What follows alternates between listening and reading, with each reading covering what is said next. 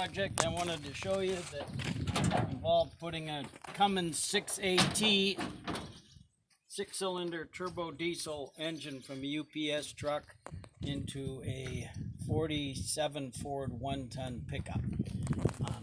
I mounted it in the original holes that would have held a 6-cylinder flathead Ford, and did my best to not put any extra holes in the frame or in the firewall or otherwise make it such that it wouldn't just go right back to a Ford engine if I should desire to at a later time.